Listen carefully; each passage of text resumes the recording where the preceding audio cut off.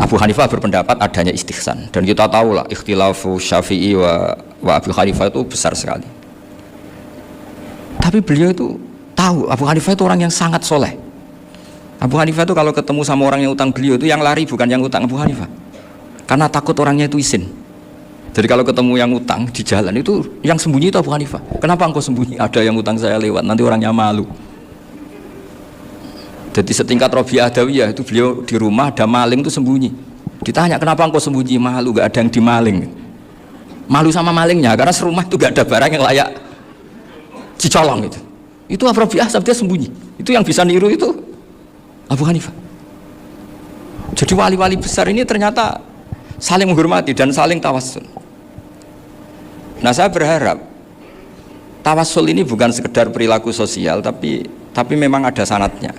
Sehingga terus diceritakan Bali di sini dulu istaqa Umar bil Abbas.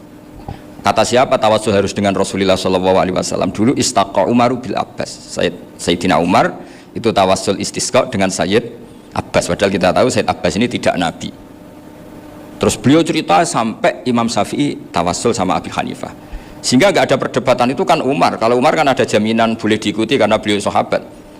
Bali cerita tentang Imam Syafi'i yang tawassul dengan Abu Hanifah. Seargumentatif itu. Maka saran saya kepada alumni Kerapyak, santri-santri Kerapyak, karena saya hanya berani ngomong sama santri Kerapyak, sama mas saya ada berani kalah sepuh. Itu tradisi keilmuan itu harus dijaga dengan hujjah dan dengan tadwin, dengan pembukuan. Saya punya sekian cerita ya, misalnya dulu kita mungkin iskal itu janggal. Kenapa sih orang Islam tukaran sama orang Islam itu? Sehingga diantara doa Nabi yang enggak dikabulkan Allah, enggak boleh dikabulkan sama Allah, nggak boleh, bukan berarti kamu mustajab. Redaksinya famana aniha, memang nggak boleh. Redaksinya bukan falam yastajib lahu, tapi famana aniha. Di Al-Marrah As-Salisa ini Nabi dilarang, yaitu melarang umat Islam itu jangan sampai tukaran sama umat Islam sendiri.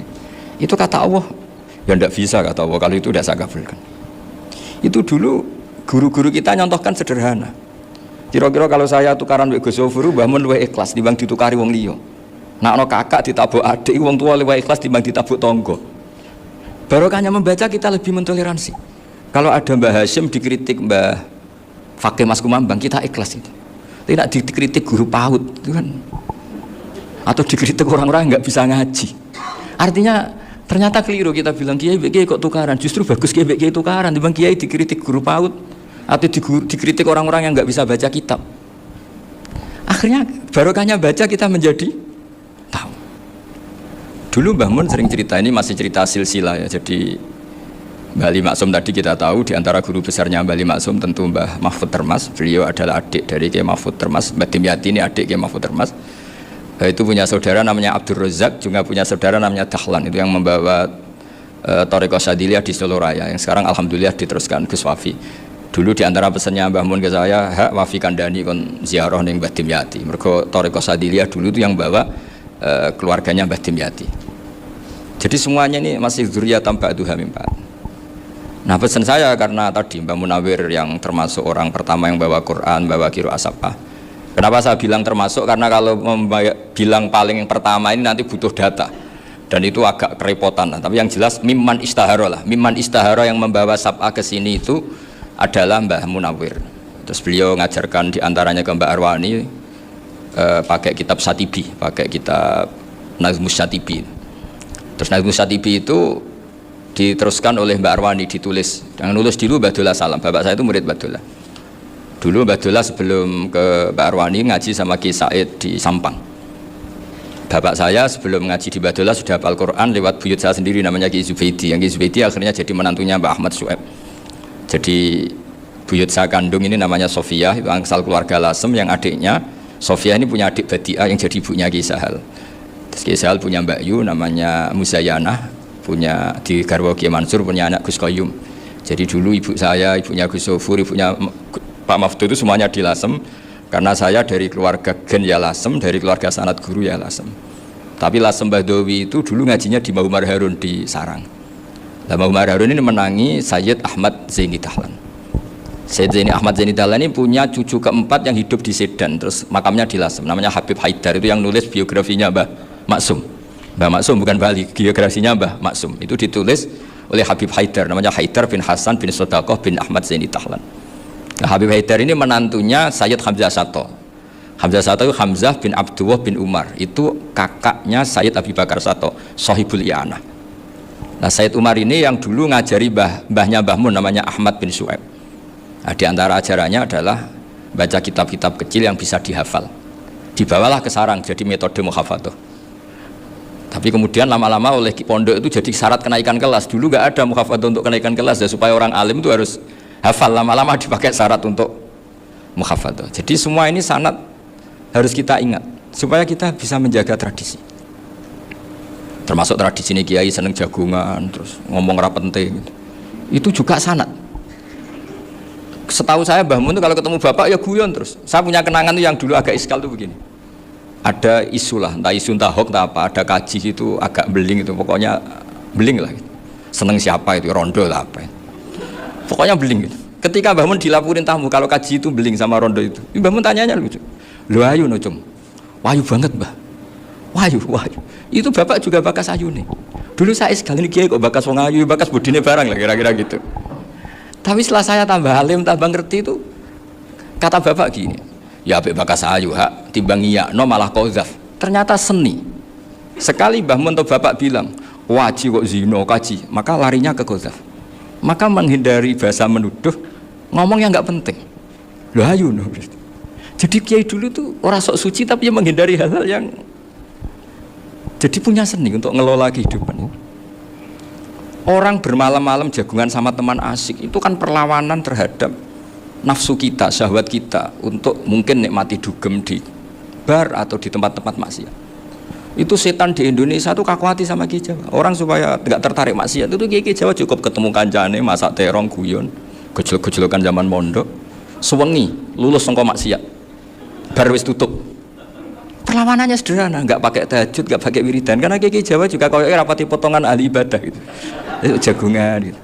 Jadi setahu saya itu pernah lihat Bali itu sekali ketika beliau ngisi ceramah di Mbah Hamid Bedowi, sama masih kecil diajak bapak.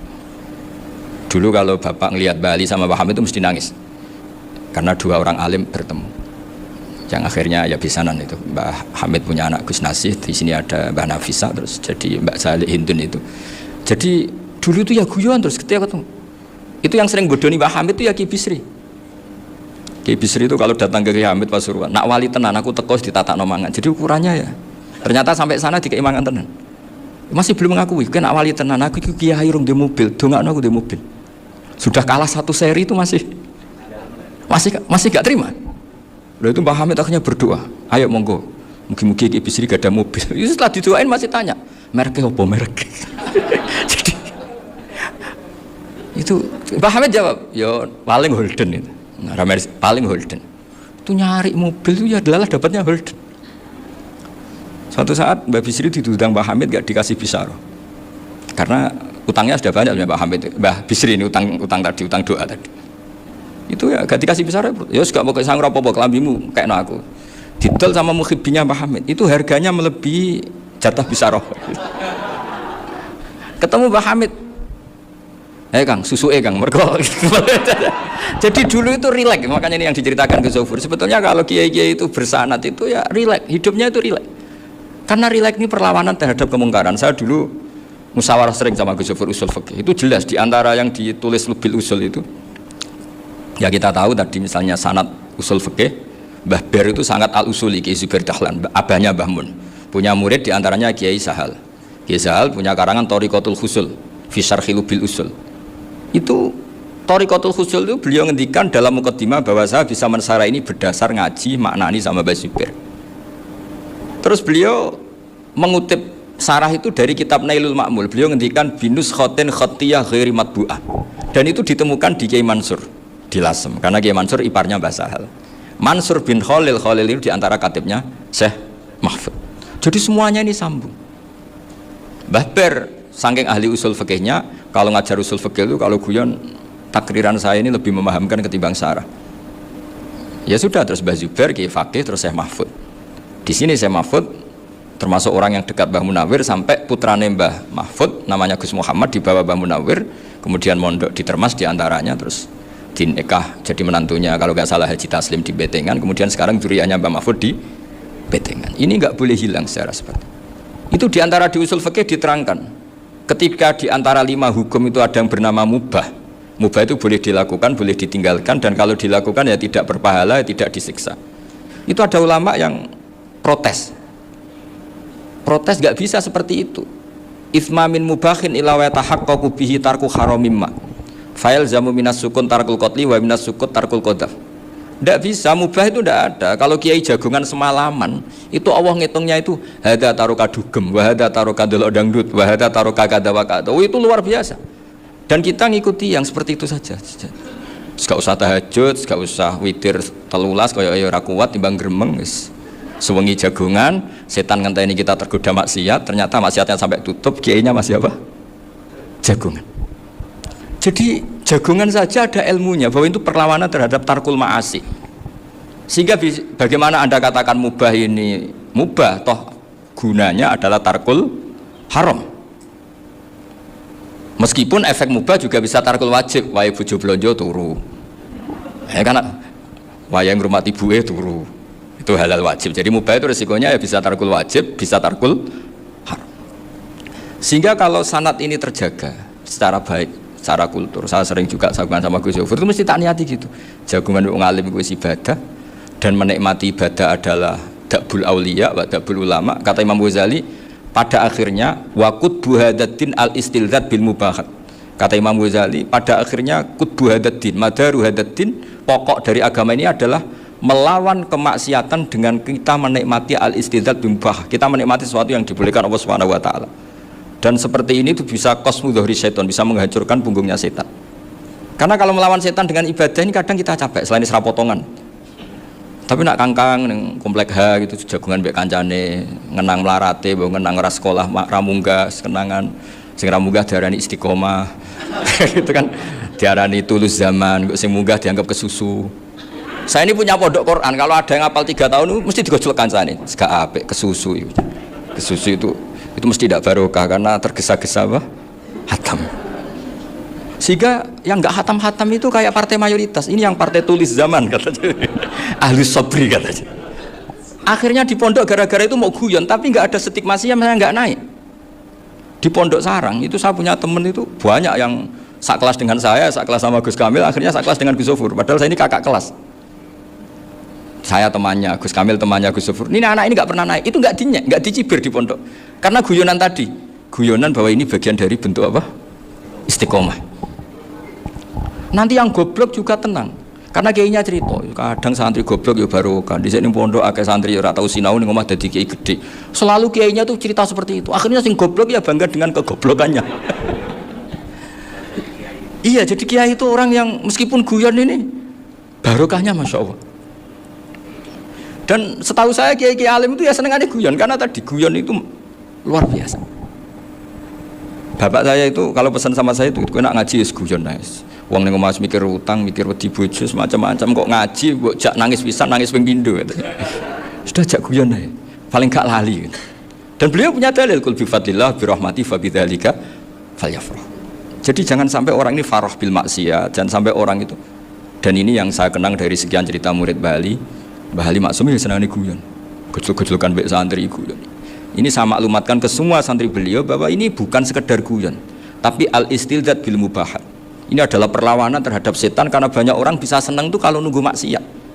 Ini bisa senang dengan sesuatu yang tidak maksiat. Itu kayak apa hebatnya? Makanya Nabi itu kalau ketemu sahabat ya sering ngendikan yang ringan-ringan. Ya Umar ma'afalan duhair jong mana piye ije. Kalau ketemu anak kecil ya. Nanti ketemu yang tua-tua yang sudah nggak bisa mikir, ya tetap riang. Sehingga ada cerita dalam sebuah tafsir. Ya saya ulang lagi, ada cerita di sebuah tafsir. Kenapa Nabi Musa ditanya Allah, wa matilka biyaminika ya Musa? Ma'ana wa ta'ala a'lam. Tentu Allah sangat tahu yang di bawah Musa itu apa. Karena Allah tahu Nabi Musa itu grogi. Orang dipanggil Bali Maksum pasti grogi, santri dipanggil Bahmun pasti grogi. Kenangan saya setiap dipanggil Bahmun ya mesti tanya yang ringan-ringan, wis sarapan ya. Arung sarapan ya sarapan. Pas sarapan ya kan tanduk mangan sing enak, wong santri ora tau mangan enak. Ya enggak pernah ngomong yang penting, ngendikan yang penting. Nah, karena Nabi Musa ini grogi, ini sebagian tafsir. Itu ditanya yang ringan, sahabat itu gawa apa? Karena pertanyaannya ringan, Nabi Musa juga ringan. Ya Nabi Musa itu sampai lali, itu pangeran sing ya'lamu sirra wa akhfa. Diterangno. Niki tongkat Gusti. Gunane kathah Gusti tongkat iki. Qala ya asaya atawakkau 'alaiha wa ahusyu biha 'ala ghanami wa liya fiha ma'arifu ukhra. Oh, tongkat Gusti niki penting Gusti. Nggih nak. Nggih macam-macam lah Gusti. Atawakkau 'alaiha wa ahusyu biha 'ala ghanami kangge menghalukan. Masih terangno terakhir dan yang lain-lain Gusti. Wa liya fiha ma'arifu ukhra. Sehingga akhirnya rileks. Karena Nabi Musa terus ngerti. Ternyata ketemu pangeran itu gak seserem yang saya bayangkan gitu. Pertanyaannya ringan. Itu ada ilmunya. Tapi cerita ini yang versi tafsir ini tidak yang seperti di Manaqibul Ghazali. Di beberapa kitab tentang Manaqibul Ghazali diceritakan di alam roh Nabi Muhammad SAW itu yubahi bi umati. Saking yubahinya sampai ngendikan ulama umati ke anbiya Bani Israel. Ulama umatku itu pinternya atau statusnya itu mirip-mirip lah. Kaf itu ya mirip-mirip kayak ulamanya nabinya Bani Israel. Akhirnya Nabi Musa itu tersinggung sekali. Bagaimana mungkin ulama disamakan dengan apa? Nabi. Sehebat-hebatnya ulama itu kan tidak akan yabluhu darajatan nubuwah atau yartaqila darajatin nubuwah. Itu akhirnya ya kalau kamu nggak percaya panggil. Yang dipanggil Imam Ghazali. Ya Nabi Muhammad juga gak mau kalah gitu. Kalau manggil ulama RT ya kalah keok gitu. Akhirnya Imam Ghazali datang, ditanya sama Musa, Mas Muka, nama kamu siapa?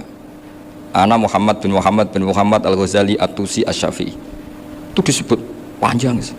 Terus Nabi Musa guyu-guyu. Kamu lama kok ngomong yang gak penting, ditanya namanya kok penjelasannya sepanjang itu, dianggap itu satu kesalahan. Masa tanyanya nama kok ditanya, jawabnya Muhammad bin Muhammad Al-Ghazali At-Tusi Asy-Syafi'i. Kepanjangan itu. Ketika Nabi Musa agak mencibir, agak gimana itu, terus jadi Imam Ghazali, kalau ini masalah, lebih masalah jenengan. Apa itu? Yang tanya jenengan tuh Allah ya'lamu sirra wa akhfa, dan Allah hanya tanya wa ma tilka biyaminika ya Musa. Harusnya jenengan jawab asoya titik, bukan kepanjangan. Atawakkau 'alaiha wa syubha itu kepanjangan. Allah tanya yang di bawah kamu itu apa? Yang di tangan kamu. Harusnya jawabnya hanya asoya. Tapi kenapa penjelasannya sepanjang itu? Sampai terakhir waliya fiha ma'aribu ukhra. Terus pinter tenan jadi gitu. Terus ada Nabi Musa terus bilang, ya pinter tenan aja gitu. Padahal kita tidak pernah GR seperti itu kan, kebetulan Imam Ghazali gitu. Kalau yang lain mungkin ya keok lah kira-kira gitu. Tapi ini cerita dalam khazanah keilmuan. Bener yang dikatakan Gus Zofur. Saya termasuk orang yang pernah mondok Lirboyo pasanan. Jadi setelah saya disuruh nemani Gus Kamil, tahun berikutnya Gus jenengan disuruh. Pokoknya anakku bosak ulan lah kudu tahu mondok Lirboyo. Biar aku tahu ngaji Wakarim. Terus yang disuruh baturi Gus Kamil itu saya. Jadi saya pernah 1 bulan tuh di Lirboyo. Karena saya ini santri beling ya, kontraknya pokoknya penting ziarah Bakarim. Biasanya nggak pernah ngaji ya, pokoknya gerbar ngisa. Ziarah ya sudah. Ngaji subuh ingat saya sama Gus Imam. Itu dari 17 hari ingat saya ngaji 2 kali. Tapi kalau ziarah ke Bakarim sudah lupa jumlahnya karena memang kontraknya disuruh ziarah. Sampai seperti itu. Dan saking senengnya bangun sama Bakarim saya masih ingat. Ngamplopi salam tempel itu masih ingat untuk Gus Anwar, untuk Gus Imam, untuk Gus Kafabi, termasuk untuk Gus Maksum. Itu malam-malam saya dijak ngamplopin. Zaman itu sama masih ingat selawewu. Zaman itu kos 1 bulan itu 13.000. Jadi kira-kira kalau 25.000 itu untuk kos 2 bulan. Jadi saya krusnya itu pakai kos. Saya masih ingat Mondok Sarang itu kos 1 bulan 13.000. Berarti kira-kira 500.000 itu di amplopin sendiri sama Bang. Ini untuk Gus War, ini untuk Gus Imam, ini untuk Gus. Padahal Gus Imam ini mondoknya sudah dibangun. Itu bangun hormatnya sampai untuk jatah salam tempel. Nah yang ribet kebalikannya, kita pulang Gus Imam karena melihat Gus Kamil ini putrane Mbah Mun, Gus Kamil disangoni. Saya juga disangoni karena Gus Imam dulu ngaji juga sama Pak D saya, sama keluarga saya. Itu kata Gus Kamil setelah keluar, mau kamu nih gua abal ya, boten berarti gua aku. Karena ini penting, ini kalau sampai dianggap tukar guling, ribet deh. Jadi ditakwil sendiri lah, mau kamu nih gua abal ya, boten yes berarti halal. Tapi sama Mbah Mun ya ditanyanya bukan apa karena untuk meneruskan tradisi bahwa kalau kiai ketemu itu ya saling memberi hadiah, saling itu sudah faqaddimu baina yadayna jawakum apa sedekah. Sehingga ketika Kapya ini punya Bali Maksum alim alama, kemudian melahirkan murid-murid yang juga ibar kayak Mbak Warsun bisa ngarang Kamus Al-Munawwir, Pak Bik juga punya karangan Kamus Al-Mu'asir. Saya itu punya semua. Karena ini adalah buah dari bahwa kita ini tidak kalah sama produk-produk yang di sana. Bahwa produk di kita ini sudah cukup untuk mengantarkan orang menjadi alim alama. Dulu Mbah Zubair ke Mekah ya sudah alim alama. Gus Zofur ke Al-Azhar sudah alim. Semua teman-teman kita ke Mekah itu sudah alim semua. Padahal produk mondoknya ya tadi mau digojlok kiai ini, terus mangkal be keamanan biasanya itu. Biasanya musuh besar pondok itu keamanan. Jadi itu bukan berarti gojlok ibunya Gus Maftuh, enggak. Biasanya keamanan tuh musuhnya apa? Banyak. Jadi cerita-cerita saya mohon sekali murid-murid kerap ya, jangan hanya ngaji fikih. Kalau hanya ngaji fikih itu posisi Abu Hanifah itu seakan-akan nyuwun sewu orang yang sangat tidak ahli hadis. Karena beliau di situ kelihatan kalah sekali dengan Imam Syafi'i. Apalagi di perdebatannya Muhammad bin Hasan Asy-Syaibani dengan Imam Syafi'i itu kelihatan sekali betapa Abu Hanifah itu orang yang nyuwun sewu ditinggalkan dalam ilmu hadis. Sampai beliau hanya dapat gelar min ulama ahli ra'yi, termasuk ulama yang kuat logikanya. Juga harus baca kitab-kitab seperti ini. Ternyata di balik Imam Syafi'i mukhalif pada beliau di bab-bab fikih, perilakunya sangat hormat. Sampai beliau itu kalau tawassul ke kuburannya Abu Hanifah. Dan beliau ngendikan an-nasu fil fiqhi iyalun ala Abu Hanifah. Semua orang yang ahli fikih itu masih anak buahnya Abu Hanifah. Saya berkali-kali cerita, mazhab Syafi'i itu alatut tadhir hanya dua, yaitu alma wa turab. Abu Hanifah nambahi wanar. Alasannya Abu Hanifah, orang mukmin yang dosanya banyak itu dibakar di neraka, dan alasannya Allah litadhirihim, untuk mensucikan mereka. Sehingga pikirannya Abu Hanifah, an-nar itu min alatit tadhir. Apa yang terjadi ketika bata itu batu bata yang dibakar, di situ campur teletong, campur apa-apa, itu kalau sudah cara mazhab Abu Hanifah selesai, sudah suci, karena sudah ngelewatin pembakaran. Meskipun kita tidak akan kalau kehilangan air terus wudu dengan api, bisa bunyak semua itu. Tapi apapun itu menjadi solusi. Sehingga saya punya kitab namanya Ikhtilafu Malik, Ikhtilafu Malik wa Abu Hanifah atau Ikhtilafu Syafi'i ma Abu Hanifah. Itu kelihatan sekali kalau Abu Hanifah itu nyuruh posisinya kalah. Karena yang ngarang orang-orang Syafi'i. Tapi kalau melihat kitab-kitab kewalian, misalnya di kitab Mizan Kubro ini juga sering disebut kisah itu Mbak Ali Maksum tentang Imam Sa'roni. Berkali-kali beliau mengutip Mizan Kubro. Itu Abu Hanifah adalah orang yang sangat mukasyafah. Artinya ketika Nabi cerita air wudhu itu menjatuhkan dosa, tidak ada air wudhu yang jatuh ke kamu kecuali saat itu juga dosa kamu jatuh. Itu beliau datang ke Madharota Kufah. Kemudian beliau bilang sama si orang tua tadi, tub aniz zina. Orangnya terus bilang atubu minaz zina. Ada lagi pemuda datang dibilangin tub an uquqi walidayka, terus bilang tub tu an uquqi walidayya. Sampai yang terakhir ada tub an simai ala tilahwi atau an samai ala tilahwi, terus tub tu an samai. Ketika orang itu ditanya, kenapa engkau begitu tahu dosanya apa? Saya tahu air wudhu ini menjatuhkan apa.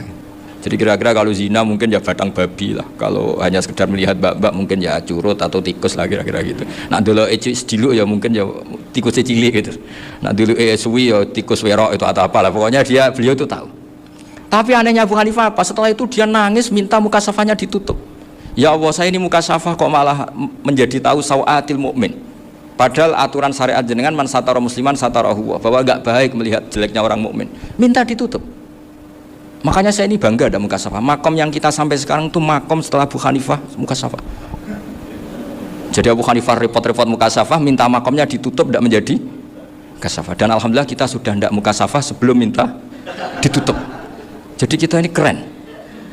Keren karena aturannya itu man satara musliman satarahu, yang tidak tahu aibnya orang muslim maka Allah akan nutupi aibnya di akhirat. Dan kita alhamdulillah barokahnya tidak muka syafah, tidak ngerti aibnya orang mukmin. Jadi kita harus pakai patokan ilmu. Saya ulang lagi, kita harus pakai patokan. Makanya saya tahu betul ketika Kiai Hamid Pasuruan, beliau dulu ngaji Jamul Jame, ngaji Juman, Bali Maksum di sana sama Gus Habib, sama Gus Muhammad bin Mahfud. Termasuk mbah saya kandung dulu Kiai Sidik, mbah saya yang itu juga ngaji di Termas. Bapak saya dulu Kiai Nur Salim ngaji di Buyut Baiti. Dulu itu kawin juga sederhana, kayak cerita Gus Zofur. Jadi bapak saya kandung itu Kiai Nur Salim itu ngaji di Mbah Baiti. Mbah Baiti itu adik kandungnya buyutnya saya dari ibu. Nah Mbah Baiti itu teman akrabnya mbah saya namanya Kiai Nur Sam, Mbah Nur Sam.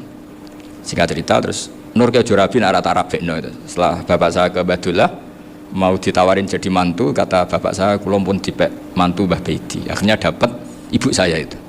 Karena ibu saya itu cucu Mbah Baiti, cucu lambung, jadi mbahnya ibu saya itu Mbak Yunya Mbah Baiti, namanya Mbak Sofia tadi, yang dapat Mbak Idris itu, yang Mbak Idris ini bin Umar, ya Mbak Umar yang mbahnya Mbak Hamid, Hamid bin Abdullah bin Umar, kalau bahasa itu Fatimah binti Idris bin Umar. Dulu kecilnya Mbah Idrus namanya Abdul Khalik, kalau kecilnya Mbah Hamid namanya Abdul Mukti, kalau kecilnya Mbah Maksum namanya Muhammadun kalau nggak salah. Dulu itu orang dulu itu namanya dua-dua karena diganti ketika musim apa? Haji. Jadi ini terjaga. Sehingga tidak ada ceritanya kiai-kiai yang jagongan kemudian santrinya itu yang agak-agak khawarit. Kiai kok sungi-sungi jagongan, gak tahajud, gak duha, itu tidak ada seperti itu. Karena ini dianggap fi'lul mubahat untuk melawan mungkarat. Jadi sehingga di kitab Ikhya diterangkan, kamu jangan ngira orang-orang soleh ketika jagungan itu min ahlil bitolah wa takasul, itu orang-orang yang pemalas, itu enggak. Tapi mereka bisa mengasyiki Allah, bahwa dalam jagungan ketemu teman ya asik, gejul-gejulkan sama Pak Maftuh ya asik. Dan keasikan ini bentuk perlawanan terhadap keasikan harus dengan maksiat. Itu kayak apa kalau kita ngaji sampai seperti itu? Termasuk tadi yang diceritakan Pak Maftuh kitab Hunyah. Semoga beliau cerita juga pernah belajar, saya pernah belajar kitab Hunyah khatam.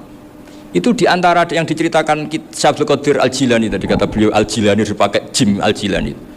Ini agak beda dengan kita. Mbah Zubair itu punya kitab namanya Al-Qalaid Al-Uluyah. Beliau menfatwakan nama-nama ajam itu kamu bebas, ajamiyun fasna bihi masyita. Sehingga kita kalau punya kiai harus maca qolal ustukhri, sehingga tak maca qolal istukhri. Tirmidzi juga nasibnya sama, qolat rawahut Tirmidzi, sehingga tak rawahut Turmudiyu, yang satu rawahut Tarmidiyu. Ya karena kita keluarganya Tarmidzi apa enggak gitu. Makanya kata Mbah Mun sama singat. Kata cerita Gus Zufur tadi, adabnya Gus Zufur itu cerita tentang keluarga ibunya. Padahal keluarga ibunya juga orang-orang soleh yang luar biasa. Itu kata Mbah Mun, kowe roh jenenge Imam Bukhari tahu ya. Jenenge sapa? Saya nyebut Muhammad bin Ismail bin Ibrahim bin Mughirah bin Bardasbah. Lah iya Bardasbah mbok waca Bardasbah yo. Lah cara kene mbok Parmin mbok Parlan. Jadi Bardasbah mbok Bardasbah cara kene yo Parmin mbok. Iku rak Mbah Fadl Senori dadi kabeh diwaca Arab. Jenenge Mbah Umar Harun. Dhisik yo wong Sarang, Mbah Harun mbok Kirun yo ora roh, wong dhisik yo wong kuno. Jadi kalau versi Mbah Fadl termasuk yang pertama bikin nasab Mbah Maksum itu tulisannya Mbah Fadl yang dikutip Habib Haidar tadi. Ya saya seperti Gus Zufur juga mencari-cari hubungan ulama-ulama di Jawa itu. Itu Mbah Mun itu kalau bicara ya Mbahku harus jenis Kiai Serut. Kalau ditulisannya Mbah Fadl itu Sarof. Jadi Mbah Fadl itu fanatik orang-orang alim itu ditulis Arab. Kalau Mbah Mun itu Jawa. Dulu itu ada wali seto di daerah saya. Dulu orang ya janggal, ternyata ada sato itu kesamaan di Arabnya itu. Sehingga kiai-kiai itu ada fanatik Tirmidzi, Turmudi, Tarmidi, Jilani, Jailani karena ajamiyun fasna bihi masyita. Jadi kalau nama-nama ajam semongko lah baca sekenanya sementing. Cuma mungkin tahqiqnya benar Pak Maftuh tadi, memang di Mu'jamul Buldan itu Al-Jilani Bikasri Jim, ya sudah kita baca Al-Jilani. Sebab itu kayak Pondok Pelosok Lirboyo itu menurut saya bagus. Orang itu maknani betul sama gurunya. Kalau Sarang enggak. Kalau Pondok Lirboyo, pondok yang tadi ternyata keluarga Mbah Munawir sini pernah bisanan, yaitu Mbah Zaini pernah nikah sama Nyai Komariah ya kalau nggak salah, punya putra Gus Habib ya, Pak Toha dan sebagainya. Itu betapa hubungan pondok Quran sama pondok kitab dulu itu nggak pernah terputus. Bapak saya selapal Quran itu dulu ngaji Mbah Zubair. Jadi bapak saya sering ngutip mu'en apa, padahal bapak saya itu terkenal tuh, beliau cita-citanya itu saya ingin hafal Quran kayak hafal Fatihah. Beliau itu sampai sekolahnya sekali. Karena beliau inginnya hafal Quran kayak hafal Fatihah. Termasuk murid terbaiknya Mbah Dullah bapak saya. Itu ya ngaji kitab. Sehingga kata Mbah Mun, jadi Mbah Munawir di mantu Bali Maksum, itu ya sudah dipenggali. Sudah dipenggali dituruti pangeran.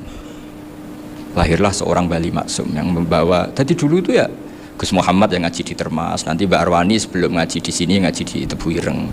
Sehingga Mbak Arwani bisa ngarang kitab. Beliau ngarang kitab tentang Sab'ah. Faidul Barokat namanya. Ya nulisnya ya fasih ya.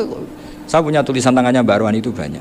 Saya juga punya tulisan tangannya Mbak Hasyim Asy'ari ketika nyurati buyut saya yang di Damaran itu pakai bahasa Arab.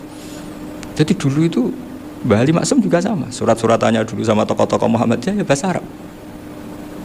Nah ini harus kita dengar dari abna, dari bahwa Mbah Maksum kemarin yang diceritakan Gus Zufur di Khol Mbah Maksum, kowe kudu belo NU, kudu tetap NU, tapi bukan dengan cara membenci Muhammadiyah. Tadi Pak Maftuh menguatkan sanad itu dari Pak Atabik bahwa Muhammadiyah termasuk ahli sunnah wal jamaah karena sama-sama tidak sabus sahabat, sama-sama ikromus sahabat dan sama-sama bermadhab. Nah soal akhirnya ada beberapa yang serapati seneng ngaji ini yang agak ribet. Tapi kamu tidak usah ngeritik Muhammadiyah nggak seneng ngaji, kayaknya juga sama, kita nggak seneng ngaji juga banyak itu. Jadi kalau ngeritiknya masalah itu kan kita ya agak-agak sama.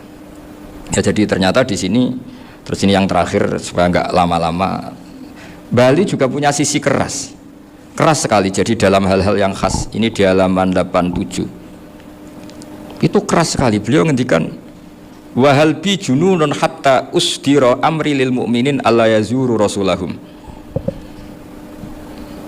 Jadi ketika saya tadi sudah bilang bahwa beliau sering muji Ibnu Taimiyah dalam banyak hal, tapi dalam banyak hal juga beliau mengkritik Ibnu Taimiyah ketika menafsirkan la tusaddur rikhal illa salasati masajid.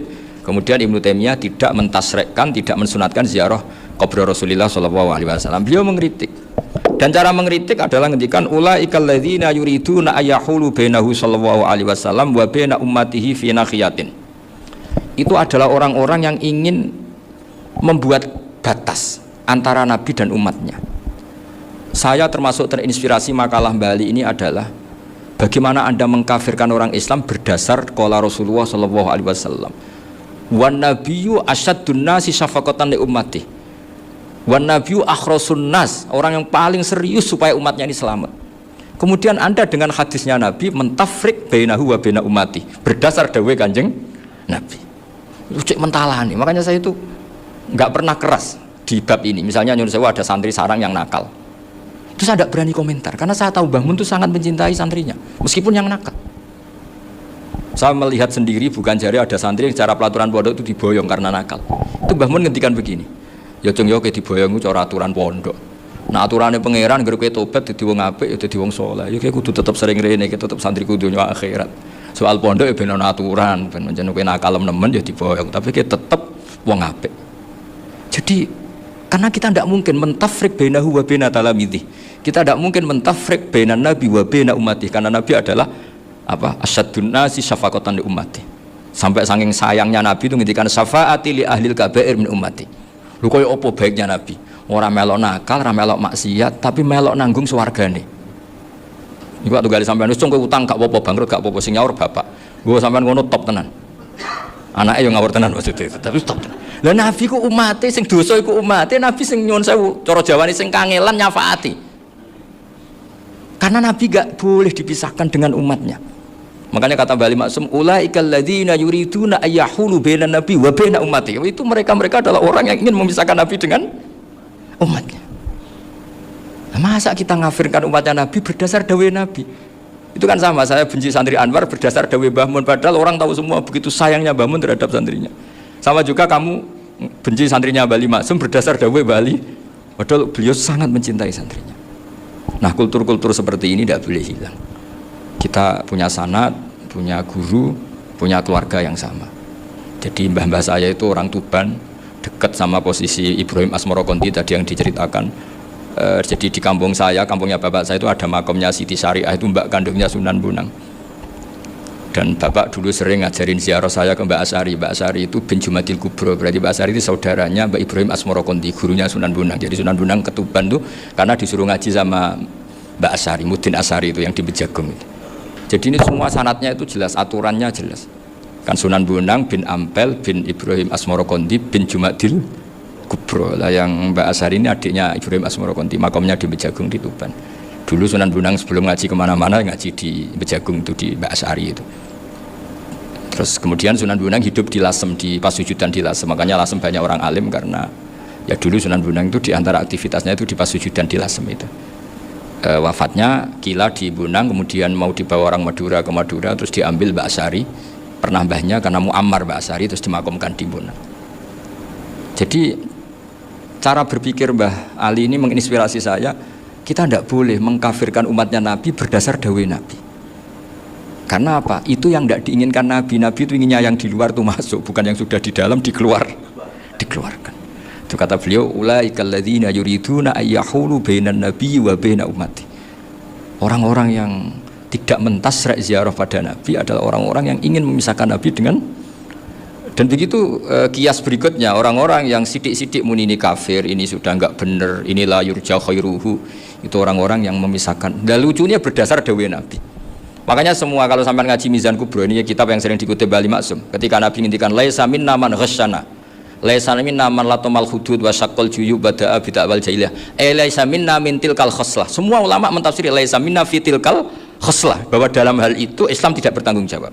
Masa menipu berdasar dibolehkan Islam kan tidak mungkin. Semua perilaku yang salah disebut Nabi laisa minna fi tilkal khoslah, bukan laisa minna fayakunu huwa kafirun. Tidak ada satu ulama yang mengatakan laisa minna berarti orang ini kalau menipu sudah kafir. Ketika dosa ya sak dunya kafir kabeh. Siapa enggak pernah menipu? Sekedar pernah. Siapa enggak sering menipu bahkan? Hobi kadang ya rezekinya dari nipu. Lah itu kalau betul maknanya laisa minna terus kafir, semua orang di dunia kafir. Karena siapa sih yang selain Nabi yang enggak, selain Nabi kan enggak mungkin apa? Maksum. Belum lagi menurut teori usul fikih ada nipu yang wajib. Ya kan, misalnya kita orang baik ketemu orang dolim yang memburu perempuan mau diperkosa terus bersembunyi yang kita tahu, kita wajib nipu apa wajib jujur? Ketika orang dolim tanya, perempuan tadi kemana? Wajib nipu apa wajib jujur? Wajib nipu, karena kalau kita jujur berarti memberi peluang orang dolim menemukan buruannya. Jadi betapa alimnya. Dan ketika kitab Mizan Sa'roni dipakai Bali, dipakai Mbah Mun, saya pernah ngaji Mbah Mun, terus kita tahu maknanya laisa minna fi tilkal khoslah. Sehingga kita tidak mengatakan laisa minna dengan terjemahan letterlek tidak termasuk umatku. Kita tidak akan menambahi fakta fayakunu kafiran, tidak akan selamanya. Karena maknanya laisa minna fi tilkal khoslah. Kenapa kita selalu begitu? Karena nggak mungkin kita memisahkan umatnya Nabi dengan Kanjeng Nabi berdasar dawuh Kanjeng Nabi. Karena Nabi adalah berstatus bil mukminina raufur rahim. Ya, terus ini mohon maaf sekali ini yang saya bisa, tapi saya mohon kajian kitab Ahli Sunnah saat tadi sudah matur Gus Afif, Gus Picon supaya kitab ini ditakriri lah, supaya apa ya, lebih apa ya, dan yang lagi harus santrinya, jangan bebankan saya. Ini santri yang pernah mulai sama-sama. Biasanya kalau orang NU pesantren itu orang usul gijengan mawon. Senenge lempar-lemparan, itu kata bapak saya, tawadhu itu keliru aja. Tawadhu itu aslinya wong ra tanggung jawab. Ben ketok Islami bebo tawadhu aja. Jadi tawadhu itu orang yang sebetulnya agak punya tanggung, ben kesane Islami pura-pura tawadhu.